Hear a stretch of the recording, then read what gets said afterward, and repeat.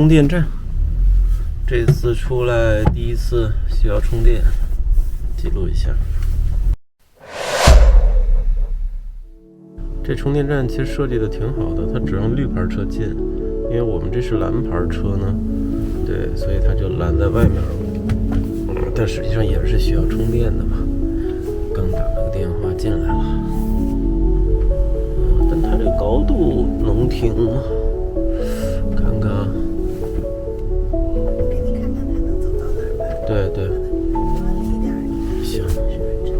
对，它这个顶是斜顶的。所以没有办法，哎，其实也行。哦，对对对，还是就停这儿吧，应该够用了。哦，确实，这个高度很有限了，上面是2块太阳能板。那就开始第一次充电了。哎呀，行，可以。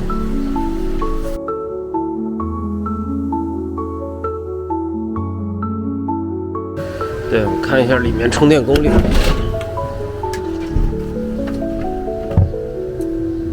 还没开始，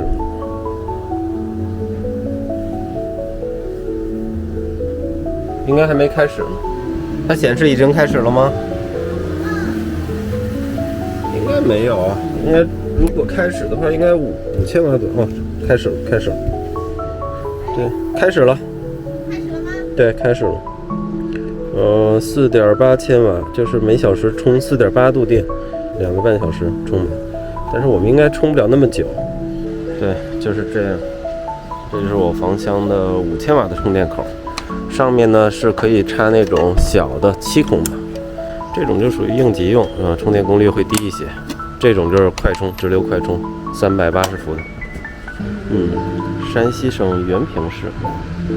这旁边还有很多文体活动，我们溜达溜达，也吃个早饭去。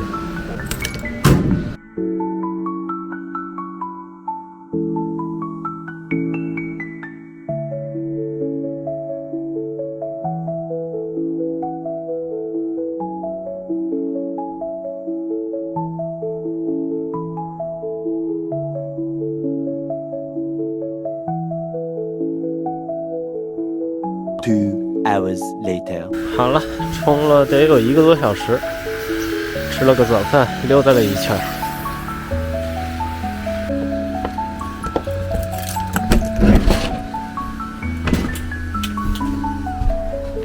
哇，96了，啊，才10块钱吧。12块。啊，对，因为它1度电1块多嘛，充了可能10度电左右。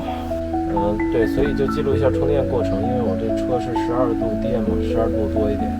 然后快充确实还比较给力，我是没有装行车充电啊，因为我是考虑到房厢和车体连接，如果有限数的话，可能装卸会麻烦很多，并且呢，因为我的车顶上装了800多瓦、860瓦的太阳能，其实是能保证我很多的用电的补充的。然后又考虑到这个国家电网充电桩比较多，所以我是搞了一个高功率的直流快充。这样的话，我觉得这3者补充，就是这段时间使用下来是电上是没有太大的问题的，尤其是现在秋冬季不用开空调，即使夏天开空调的话，因为是变频的嘛，我的一般使用场景是白天在外面，晚上回车里面睡觉。晚上天气本来就比较凉了，并且变频空调，它房车保温性能还 OK，所以它制冷到1到2时间以后，它的功率就比较低了，所以正常使用我觉得用3天也没问题，好的时候可能4天吧，夏天的情况。然后如果这个冬天的话，我觉得假设我这次出发的时候是充满的话，我觉得可能1个都不用充电，整体对我个人来说，这种使用感受是还不错的。然后现在电充满了，未来几天也没有这种电量的顾虑了。我们今天会出发去山西省原平市西北边的一个村子里的老牌楼去看一看。不是一个景区，但我觉得比较值得看。所以有对这种房车生活、自驾、户外感兴趣的朋友们，也欢迎订阅关注延平 Vasos。